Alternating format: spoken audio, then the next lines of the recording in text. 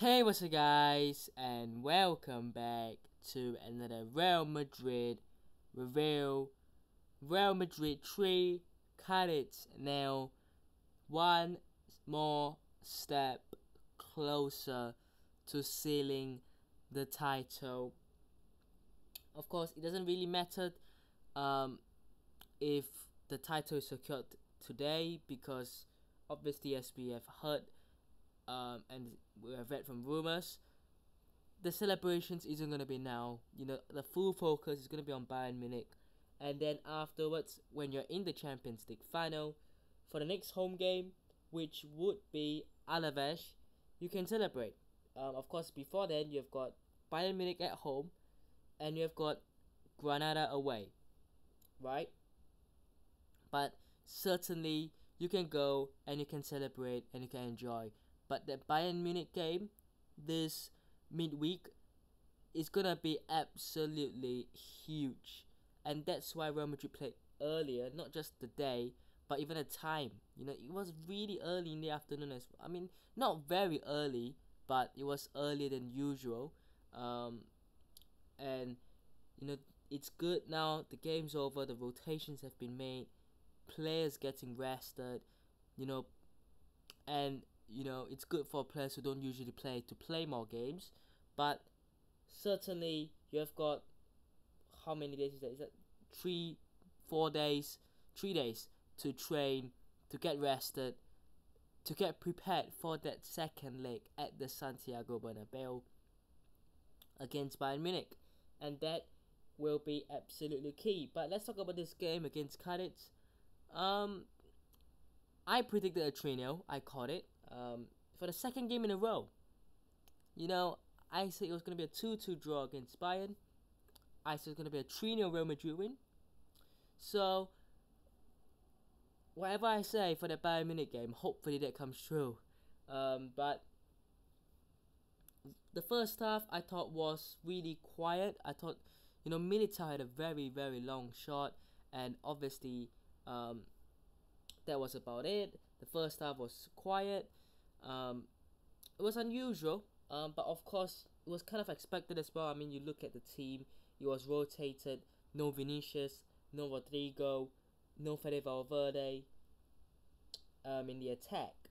So it was a weakened attack in a sense, and the defense was still decent. The midfield was slightly weakened with Dani Ceballos coming in, but it was still workable. It was still fine. But it was the attack that I thought in the first half just wasn't there.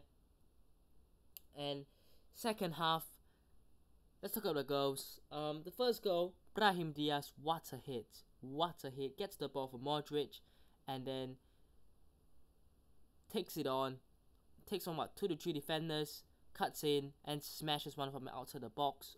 Incredible goal. That's a Brahim Diaz goal. Kind of like Rodrigo as well. Rodrigo does like to score that kind of goal too, but that's a trademark Brahim Diaz goal at this point.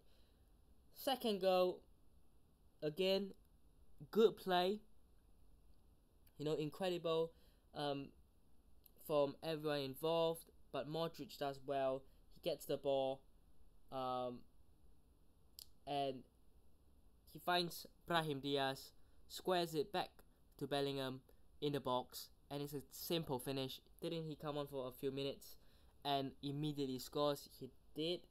Bellingham again, 22 goals, 10 assists if I'm not wrong this season. Absolutely machine. And if he doesn't score assists against Bayern Munich, remember guys, it's not his job. His job is not to score or assist. Yes, he gets goals and assists, but that's not his job. That's not his role. That's not what he was brought in for. And of course, it's good that he's contributing, a lot of goals and assists, but let's not make him reliable and the main man for scoring and assisting, because in hindsight it shouldn't be. I would say Vinicius Jr. and Rodrigo should be taking on that responsibility. And if he's not them, it's gonna be Brahim Diaz or Joselu. Really. I'm not gonna count Arda Güler because he's still young, and in fact he's younger than Bellingham. and he hasn't played much. But I'm looking at Vinicius Junior, Rodrigo, Joselu, and Brahim Diaz before I look at Bellingham. And the only reason why we look at Bellingham as a goal scorer is because he has been scoring goals and he has been getting into good positions, and that is part of his job and part of his game that I really like, which is to be at the right position at the right time, and that's how he got his goal. The third goal, Joselu getting a goal. You know what? Totally happy, very happy for Joselu. It was just a couple of minutes ago he hit the post, didn't he? And then obviously, for some reason, it was Nacho and Joselu in a 2v2. Nacho squares it unselfishly for Joselu, who scores a tap-in, but a goal is a goal. Courtois made a few big saves on his return, and it's very, very good to see Thibaut Courtois back. Really, really good. Made a very important 1v1 save at the start of the second half before we went to score, literally a minute after, for the first goal.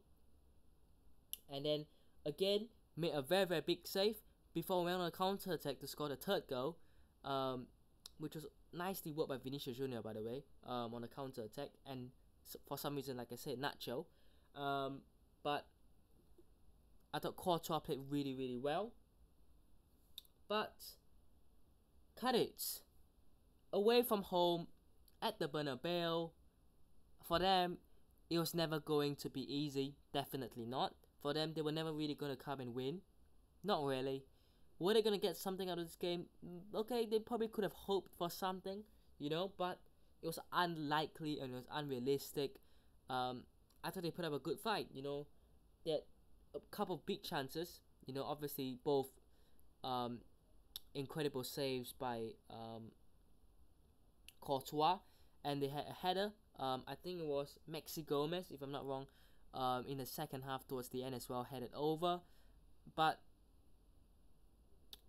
I thought that Cádiz played less usual Cádiz. Every time we play Cádiz, they play defensive football. And you could see in periods of the game, they were still keeping that DNA, that defensive, low block, get everyone behind the ball, get everyone to defend. But especially for some of the attacks, they were more open at the back, which is how we got more chances, I would say.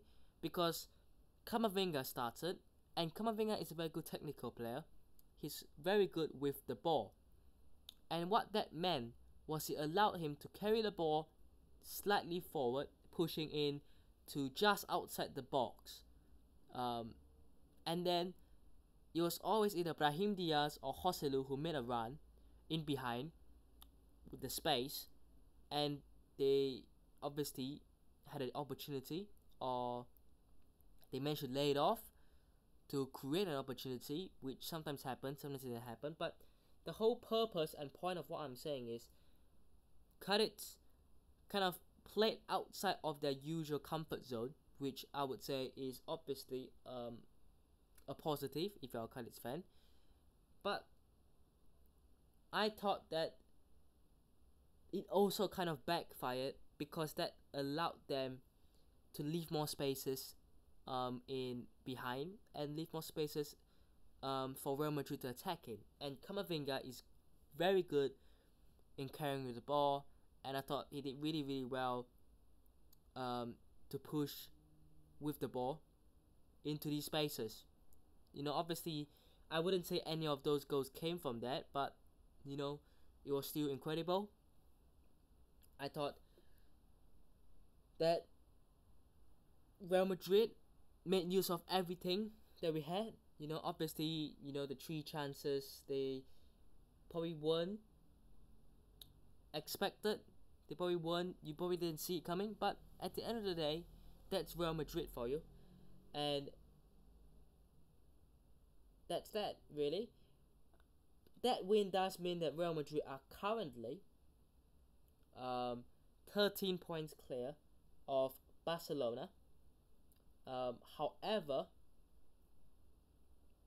wait, 13 or what? No, 14 actually, sorry. Of course, Barcelona have got a game in hand, which they're actually playing right now. If they win, they would be 11 points still with 4 games to go. So the title's not over mathematically. You know, Barcelona can still win the league.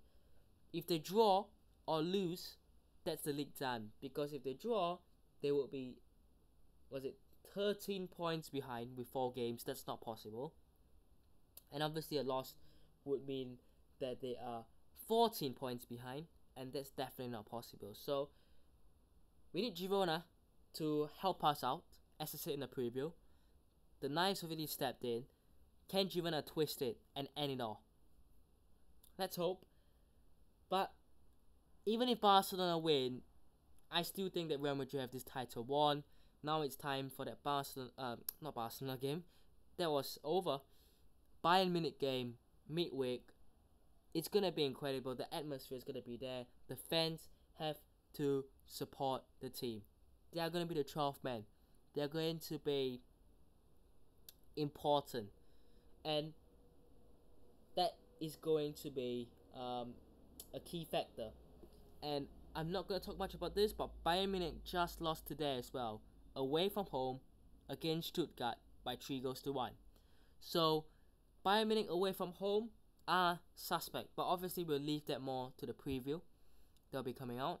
But obviously Real Madrid now focus on Bayern Munich, and then you've got Granada, Alaves, Villarreal, and Real Betis left. But finally, to go through the starting 11, I thought Courtois was one of the better players on the pitch. Carvajal played the full 90. That was pretty surprising. Militao and Nacho, obviously the duo that I expected. I thought both played really well. Nacho getting the assist for the 3rd goal. Militao, obviously, had a couple of shots and chances. The most notable one was that Vinicius Junior Rabona cross into the box, and Militao's header was well saved by Ledesma, and Militao was furious. I mean, if your teammate's putting in that kind of Rabona cross, you want to be scoring it, don't you? But still had a very good game. And Fran Garcia, I thought had a good game, worked really hard. I thought the back 5 was incredible, really. The midfield, Camavinga, like I said, did well to, obviously carry the ball. Obviously came off. Modric, incredible, 38 years of age. Still playing at a very high level. And probably the worst player on the pitch. Not because he was bad, but because the rest were probably better, was Dani Ceballos. The front line, Arda Güler, I thought for the first 45 minutes was the only player that was seen on the field. Ended up coming off anyways, but you don't want to play him for the full 90. You don't want to tire him out.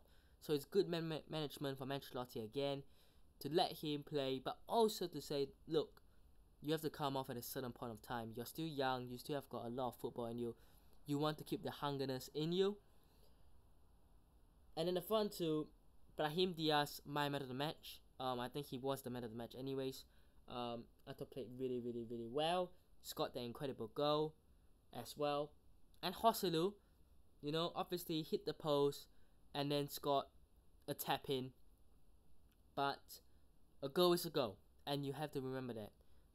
And obviously, Bellingham, Vinicius Junior, and Fede Valverde came on as well.